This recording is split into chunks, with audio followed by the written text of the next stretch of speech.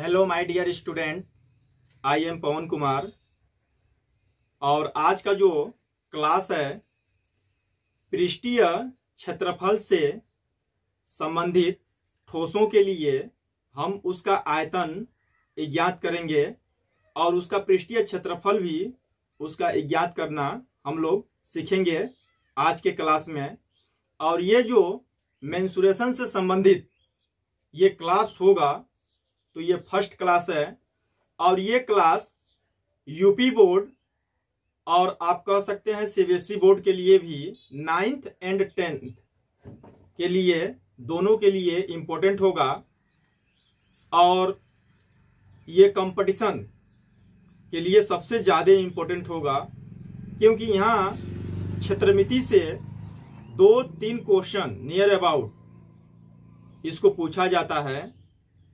तब आज के हम क्लास में स्टार्ट करते हैं पृष्ठीय क्षेत्रफल तथा आयतन, सरफेस एरिया एंड वॉल्यूम।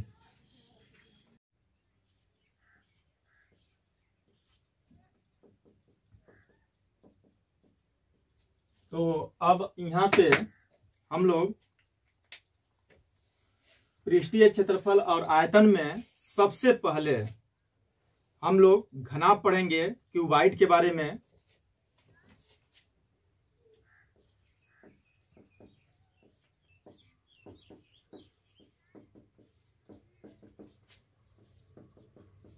घन ये 6 पृष्ठों से घिरी हुई ये आकृति होती है, लेकिन इसमें जो 6 पृष्ठ होता है ये एक समान सतह प्रत्येक का नहीं होता है, बल्कि ये आयताकार होता है, वर्गाकार नहीं होता है। मतलब हम कह सकते हैं 6 आयताकार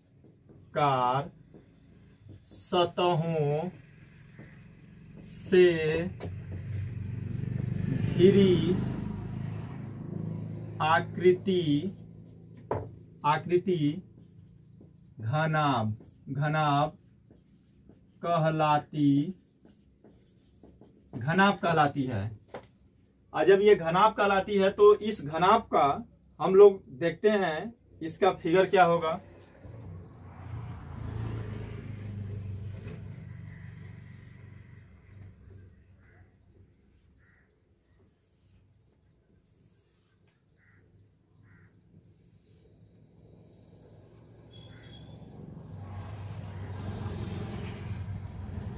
ये प्रत्येक कोनों को आपस में मिला दीजिए और इसमें क्या है कि प्रत्येक का नामकरण कर दिया जाए A, B, C, D, E, F, G, H। ये नामकरण हो गया। और इसमें हम देख रहे हैं कि 3 जोड़ा आयताकार सतहें हैं। इसमें ये वाला A, H, G, B ये एक आयताकार सतह, ठीक इसके अपोजिट वाला ठीक इसी के बराबर है।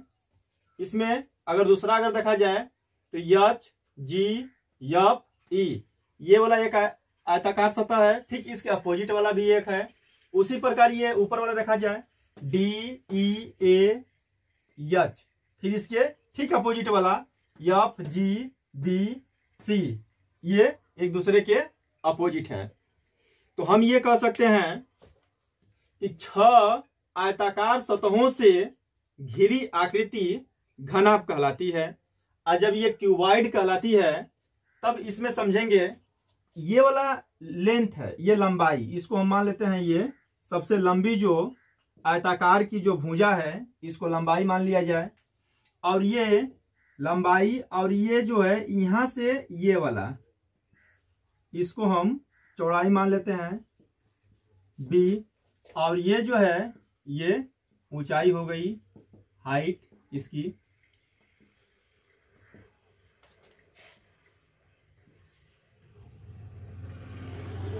ये जहां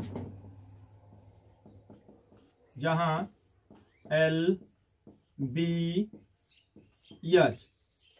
यल मतलब लंबाई, लंबाई का मतलब लेंथ, लेंथ। बी चौड़ाई, चौड़ाई।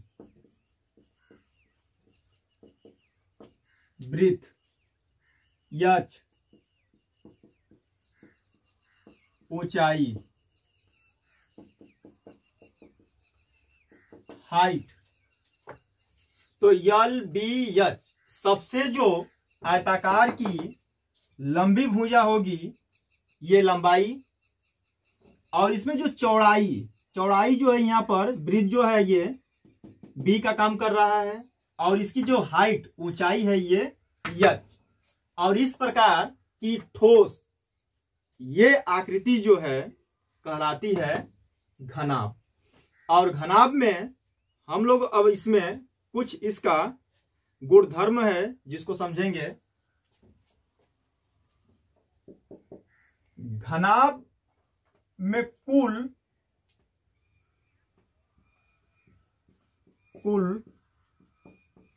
कोनों की संख्या, कुल कोनों की संख्या, तो 1 2 3 4 5 6 7 8, कुल 8। घनाभ में कुल किनारों की संख्या, मतलब कोरों अर्थात हम कह सकते हैं किनारों की संख्या। कुल किनारों की संख्या जो होती है ये अगर देखा जाए किनारों की संख्या, तो ए से यच तक, फिर ए से बी तक, फिर बी से जी तक, और जी से ए तक, मतलब एगो पर 4 ठो, और ऊपर भी ठीक इसके अपोजिट भी होगा, फिर इसके बाद में इसके ये कॉर्नर से भी होगा। कुल मिला जुला के हम ये कह सकते हैं कि कुल किनारों की संख्या जो है ये 12 है। कुल सतहों की संख्या, कुल सतहों की संख्या घनाभ में हो जाएगी। 3 जोड़ा हम बता चुके हैं, एक ये ठीक इसके अपोजिट वाला एक जोड़ा, एक ये और इसके ठीक अपोजिट वाला 2 जोड़ा, एक ऊपर वाला ठीक ये नीचे वाला 3 जोड़ा, मतलब 3 दूना के 6, कुल मिला जुला के 6 ठो इसमें सतह हो जाएगा। अब इसमें हम लोग समझेंगे घनाभ में इसका आयतन क्या होगा घनाभ का। और आयतन आप सभी लोग जानते हैं कि आयतन मतलब ये पूरा ठोस कितना स्थान को घेर के रख सकता है, ये आयतन, इसको हम लोग इसका परिकलन करेंगे, ज्ञात करेंगे कि कितना आता है। फिर इसके बाद में इसका संपूर्ण पृष्ठीय क्षेत्रफल पता करेंगे, और इसके विकर्ण डायगोनल की लंबाई भी हम लोग यहाँ पर ज्ञात करेंगे।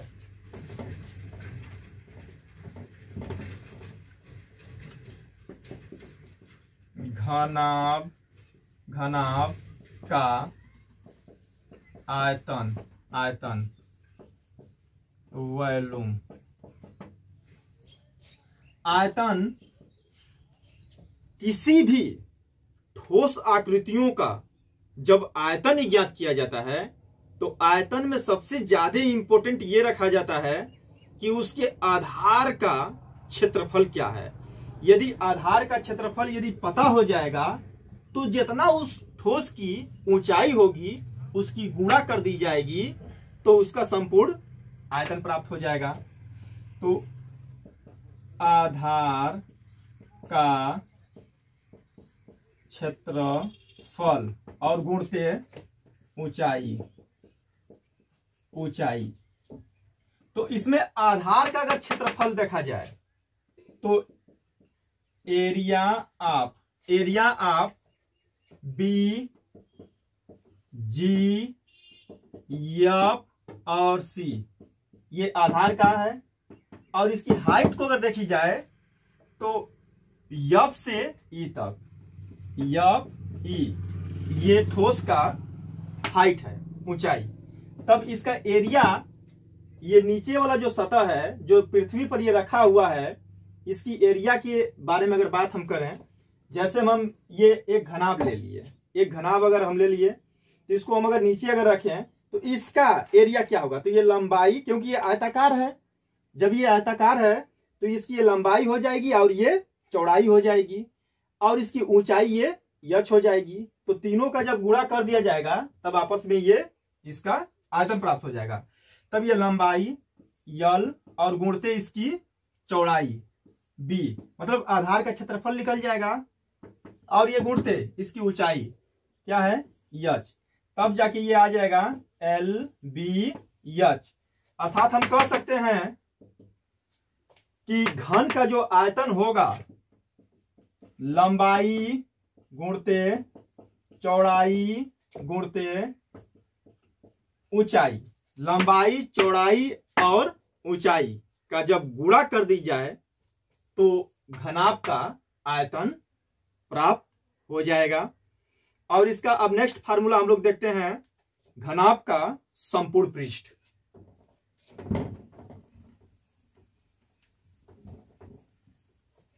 घनाभ का संपूर्ण पृष्ठ, घनाभ का संपूर्ण पृष्ठ। अब इसमें घनाभ का जब संपूर्ण पृष्ठ हम ज्ञात करने चलेंगे तो इसमें टोटल सतहों की जो संख्या है ये टोटल 6 सतह है, अर्थात इसमें हम कह सकते हैं कि 3 जोड़ा है। तो अगर हम ये नीचे वाला सतह लें, एरिया हम अगर नीचे वाला का लें बी जी एफ सी का, तो इसमें हम इस एरिया में देख रहे हैं कि ये लंबाई है और ये चौड़ाई है, ये लंबाई है और ये चौड़ाई है और इसी के ठीक बराबर ऊपर वाला भी है, तब जाके ये हो जाएगा लंबाई गुणते चौड़ाई और गुणते, अब इसमें 2 का जब गुणा कर देंगे तो ऊपर वाला का भी हो जाएगा, फिर ये प्लस प्लस, अब ये वाला सतह ठीक इसके अपोजिट वाला है एक ठो सतह, तो इसमें देखिए क्या क्या है, ये चौड़ाई और इसकी ऊंचाई है, तब जाके चौड़ाई गुणते इसकी ऊंचाई, तो एक सतह का हो गया क्षेत्रफल। तब इसके ठीक अपोजिट वाला का अगर ज्ञात करना होगा तो इसी में 2 का गुणा कर दीजिए, फिर प्लस। अब सामने वाला, एक नीचे वाला ऊपर वाला हो गया और ये वाला इसके ठीक कार्नर मतलब बगल वाला और ठीक इसके अपोजिट वाला हो गया यहां से। अब ये एक ठो बच रहा है ये सामने वाला और ठीक इसके अपोजिट का, तो सामने में हम देख रहे हैं कि ये लंबाई भी है और ये ऊंचाई भी है, तब जाके ये लंबाई यल गुणते और ये ऊंचाई हो जाएगा, और तब जाके इसके अपोजिट वाला जो हो जाएगा ये 2। अब 2 सतह का ये हो गया, 2 सतह का ये हो गया, 2 सतह का ये हो गया क्षेत्रफल, कुल मिलके 6 सतह का इसमें क्षेत्रफल प्राप्त हो गया।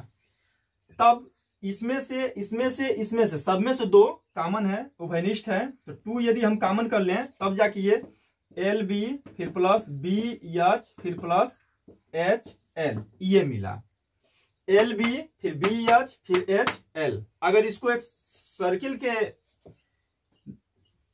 तौर पर अगर बना के अगर दिया जाए तो कह सकते हैं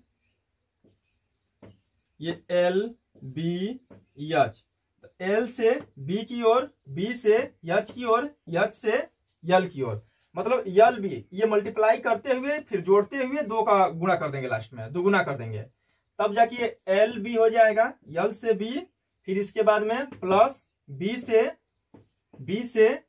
एच फिर एच से प्लस एच से यल, ये वाला इतना प्राप्त हुआ और इसमें 2 गुना कर दीजिए, क्योंकि अगर इसको अगर हम करें तो केवल 3 सतहों का क्षेत्रफल निकल रहा है और इसमें 2 का जब गुणा कर देंगे तब 6 सतह का क्षेत्रफल निकल जाएगा। तो इस प्रकार ये संपूर्ण इसका पृष्ठीय क्षेत्रफल हो जाएगा। अब समझने चलते हैं इसके विकर्ण की लंबाई क्या होगी।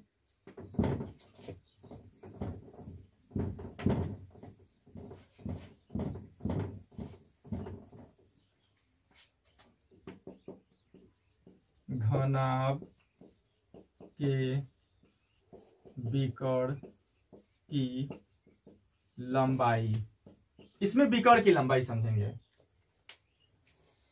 विकर्ण की लंबाई। जैसे मान लीजिए कि ये घनाभ आकृति में ये ठोस रखा हुआ है, जब ये ठोस रखा हुआ है तो अब विकर्ण की जब बात आती है तो इसमें क्या कि इसका एक ये जैसे मान लीजिए घर है अंदर, तो इसमें इसका एक ये सिरा, एक कोना का ये सिरा और इसका ये वाला सिरा, छत वाला सिरा, जैसे ये ऊपर वाला छत है तो इसका ये वाला सिरा, ये नीचे वाला और ये ऊपर वाला, ये कोना पर ये मिला दी जाए तो ये विकर्ण कहलाता है, डायगोनल कहलाता है।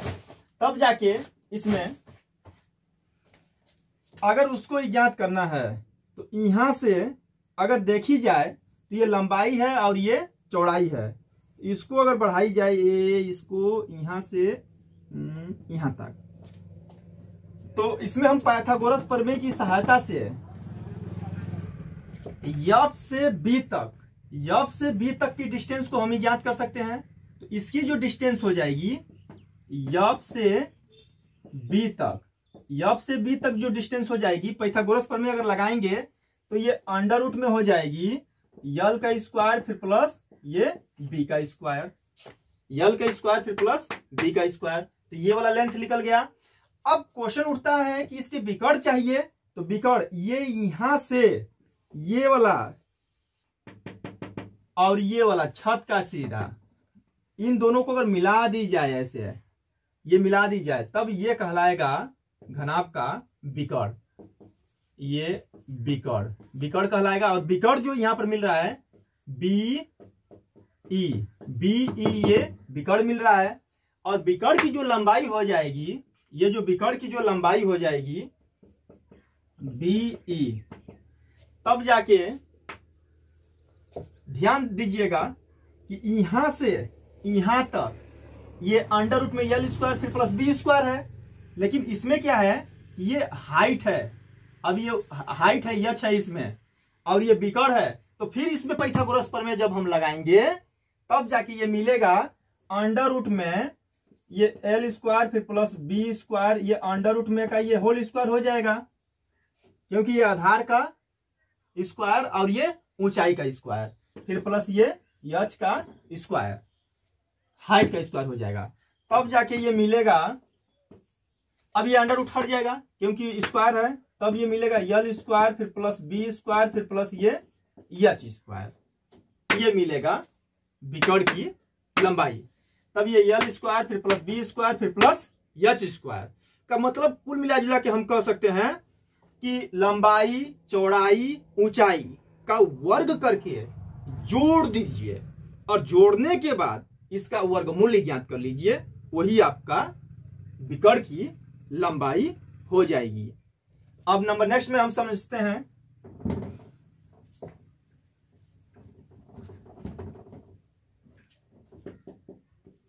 घनाभ।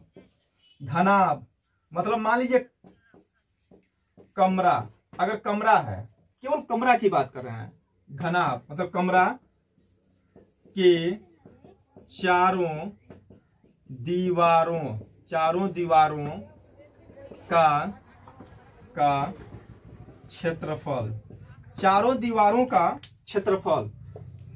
जब ये चारों दीवारों का क्षेत्रफल जब आएगी उसकी बात, तो अब यहां से छत और इसका सरफेस मतलब नीचे वाला नहीं लेना है, बस ये चारों दीवारों का एरिया जब ज्ञात करना है तो एक ये बच रहा है ये दीवार, तो इसका अपोजिट वाला एक हो जाएगा, और एक ये दीवार तो इसके ठीक अपोजिट वाला हो जाएगा। तो हम यहां पर देख रहे हैं ये वाला दीवार में, ये वाला दीवार की जब बात आई तो इसमें लंबाई और ये ऊंचाई आ जा रही है, और जब ये लंबाई और ये ऊंचाई आ जा रही है ये वाला दीवार का, तो ये लंबाई गुणते ये ऊंचाई हो जाएगी, ये यहां से यहां तक ऊंचाई हो जाएगा, हाइट हो जाए, ये यहां से यहां तक ये इसकी लंबाई हो जाएगा और ये ऊपर वाला इसका हाइट हो जाएगा।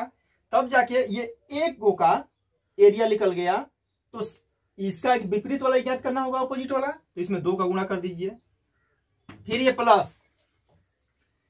अब ये वाला देखिए, ये वाला इसका अगर एरिया अगर ज्ञात की जाए तो इसकी ये चौड़ाई और ये ऊंचाई हो जाएगा, तो इसकी चौड़ाई जो है ये b हो जाएगा और गुणते इसकी ऊंचाई जो है ये h हो जाएगा, इसमें 2 का गुणा कर दीजिए, तब इसके ठीक अपोजिट वाला भी हो जाएगा। तब इस प्रकार हम चारों दीवारों का क्षेत्रफल ज्ञात कर सकते हैं। इसमें और इसमें दोनों में हम देख रहे हैं 2 जो है ये उभयनिष्ठ है, मतलब कुल मिला जुला के 2 का मल्टीप्लाई इसमें कर दिया जाए तो L और ये H हो जाएगा, फिर प्लस इसमें इसका गुणा कर दिया जाए तो 2 ये B और ये H हो जाएगा। तब जाके दोनों में से जो कॉमन है ये 2 कॉमन है तो ये L प्लस B और ये H भी कॉमन है और इनटू ये H।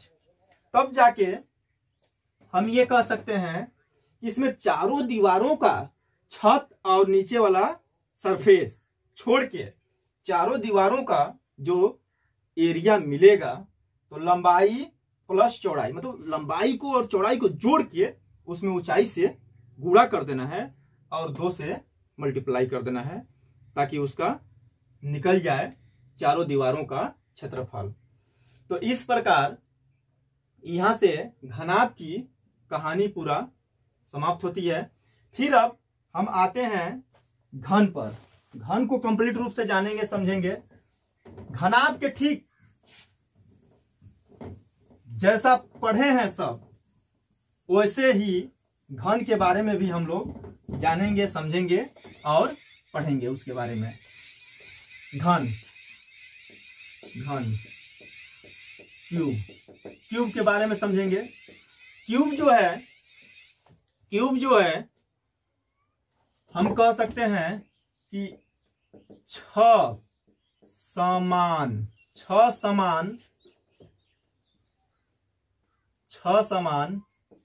वर्गाकार सतहों से घिरी आकृति को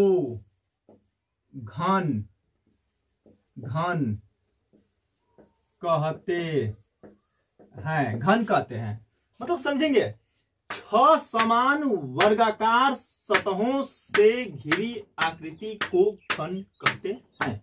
जब इस प्रकार की आकृति को हम घन कहते हैं तो इसमें आप समझिएगा कि घन में जो है प्रत्येक सतह एक दूसरे की इक्वल होगा। मतलब ये सतह ये एक वर्गाकार सतह हो गया और सेकेंड में जो लेते हैं हम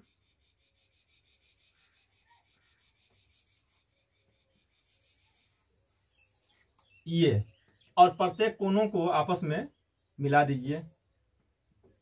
ये प्रत्येक कोनों को आपस में मिला दीजिए। ये A B C D E F G H इस प्रकार की ठोस कहलाती है घन। और अब इसमें जो ये लंबाई है, चौड़ाई है और ये ऊंचाई है, सब एक दूसरे के इक्वल हो जाता है, बराबर हो जाता है। और जब बराबर हो जाता है डियर स्टूडेंट, तो ये बराबर जो है इसको ए द्वारा हम मान लेते हैं। इसकी साइड जो है यस द्वारा माना चाहिए लेकिन ए द्वारा भी माना जाता है। मान लिया जाए इसकी जो साइड है ये ए है, स्मॉल ए है। और जब ये स्मॉल ए है इसकी साइड, तब जाके यहां L = B = H = A माना, इसको लेट कर लिए स्मॉल ए द्वारा। तब जाके इसमें भी कुल कोनों की जो संख्या हो जाएगी, ये तो आयताकार है प्रत्येक पृष्ठ इसका, क्योंकि ये घनाभ है, लेकिन घनाभ में इसको अगर आधा कर दिया जाए तो घन कन्वर्ट हो जाएगा। तो ये कुल कोनों की संख्या 1 2 3 4 5 6 7 8 वही घनाभ की ही बात ही होगा। कुल किनारों की संख्या 1 2 3 4, 4 ऊपर 4 नीचे 8 और ये वाला 4, कुल मिला जुला के 12। कुल किनारों की संख्या जो हो जाएगी 12 और कुल सतहों की संख्या भी इसमें वही पहले की भांति 6 ही होगी, लेकिन 6 होगी तो ये वर्गाकार लेकिन समान होगी। तब जाके अब इसमें इसके आयतन की बात करते हैं घन के। तो घन का आयतन, तो घनाभ का आयतन क्या था? लंबाई, चौड़ाई और ऊंचाई। तो इसमें भी यल बी एच सब सेम है, तो हम बता चुके हैं कि आधार का क्षेत्रफल और गुणते ऊंचाई होगा। तो आधार का क्षेत्रफल अगर देख लिया जाए तो ये लंबाई भी ये है, चौड़ाई भी है, तो ए स्क्वायर, और ये ऊंचाई भी ये है इंटू ए, तो कुल मिलके हो जाएगा ए गुणते ए। तब जाके ध्यान रहे कि अगर एमकेएस पद्धति में यदि लंबाई का मात्रक यदि मीटर है तो इसमें ये मीटर, ये मीटर, ये मीटर, तब जाके ये ए क्यू आ जाएगा। और जब ए क्यू आ जाएगा तब ये घन मीटर होगा। मतलब कि आयतन घन मीटर में होगा, लंबाई मीटर में होगा, और उसका क्षेत्रफल केवल लंबाई और चौड़ाई होता है इसलिए वर्ग मीटर में होगा। तो सदैव आप लोग कभी भी क्वेश्चन लगाइएगा इसमें, तो इसमें लंबाई को मीटर में लीजिएगा और आयतन को घन मीटर में लीजिएगा, और इसमें क्षेत्रफल को वर्ग में बताने का वर्ग करिएगा, वर्ग मीटर में, घन और वर्ग, ये विशेष ध्यान रहे। तब ये कह सकते हैं भुजा का क्यू, ये भुजा का क्यू, घन का ये आयतन मिलता है। अब आते हैं इसमें घन का संपूर्ण पृष्ठ, घन का संपूर्ण पृष्ठ का क्षेत्रफल समझेंगे। अच्छा, संपूर्ण पृष्ठ का क्षेत्रफल जब समझेंगे हम लोग, तो इसमें जो हम लोग घनाभ में क्या जाने थे, ये 2 और कोष्ठ में एल बी, फिर बी एच, फिर एच यल, तो यहां तो हम देख रहे हैं सब सेम है एक दूसरे के। जब सब सेम है तो ये 2 और नीचे वाला का अगर शतक लिया जाए तो यहाँ भी ये इसमें पुट करके हम ज्ञात कर सकते हैं। लेकिन अगर नीचे वाला का ए का अगर ए स्क्वायर है तो कुल, क्योंकि लंबाई गुणा चौड़ाई ए स्क्वायर है, तो कुल सतहों की संख्या 6 है, तो 6 ए स्क्वायर हो जाएगा। अगर इसमें अगर पुट कर दिया जाए तो यल के जगह पर, बी के जगह पर भी कुल ए पुट करना पड़ेगा। ए गुणते ए, फिर प्लस ए गुणते ए, फिर प्लस ए गुणते ए, तब जाके ये 2 और ये ए स्क्वायर, फिर प्लस ए स्क्वायर, फिर प्लस ए स्क्वायर, तब जाके 2 और ये हो जाए ए स्क्वायर, ए स्क्वायर, ए स्क्वायर, मिलके हो जाएगा 3 ए स्क्वायर, तब जाके 3 दूना के 6 ए स्क्वायर, मतलब 6 और ये हो जाएगा भुजा का स्क्वायर। मतलब हम कह सकते हैं कि घन का जो संपूर्ण पृष्ठ होगा 6 भुजा का स्क्वायर हो जाएगा। अगर मान लीजिए कि हमको घन का 4 को केवल पृष्ठ का क्षेत्रफल चाहिए, छत वाला और नीचे सरफेस वाला छोड़ के, तो क्या हो जाएगा 4 ए स्क्वायर होगा।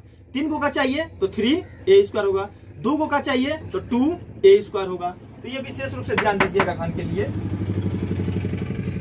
अब नंबर नेक्स्ट में घन के विकर्ण की लंबाई।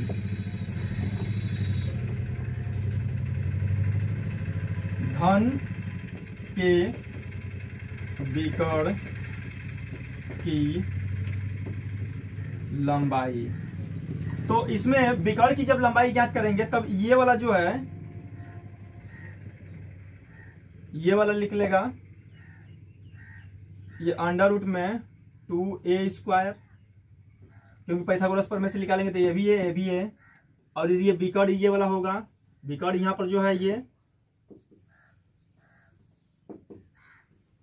विकर्ण जो है बी ई हो जाएगा, तब जाके ये बी ई ये इक्वल टू ये लिख लेगा अंडर रूट में, क्योंकि हाइट का भी काम करेगा ए, तब जाके ये वाला।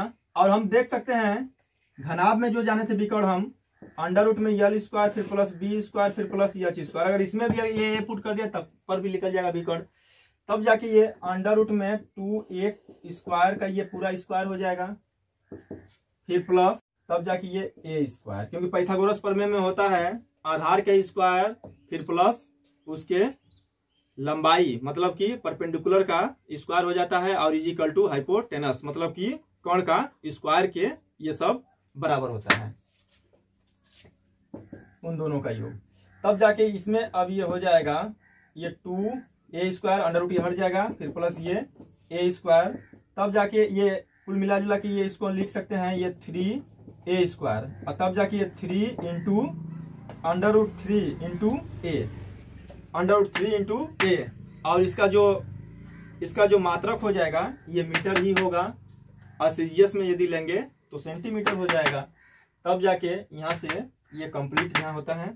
और आज का जो हम टॉपिक जो पढ़ाए हैं ये घनाभ और घन के बारे में समझाने का वर्क किए हैं, और इस टॉपिक को कंप्लीट रूप से आप सभी लोग जबरदस्त इसको स्टडी करिएगा, पढ़िएगा, और फिर इसके बाद में नेक्स्ट जब हम आएंगे अगला क्लास में तो घन और घनाभ से संबंधित सारा क्वेश्चन बताने का वर्क करेंगे।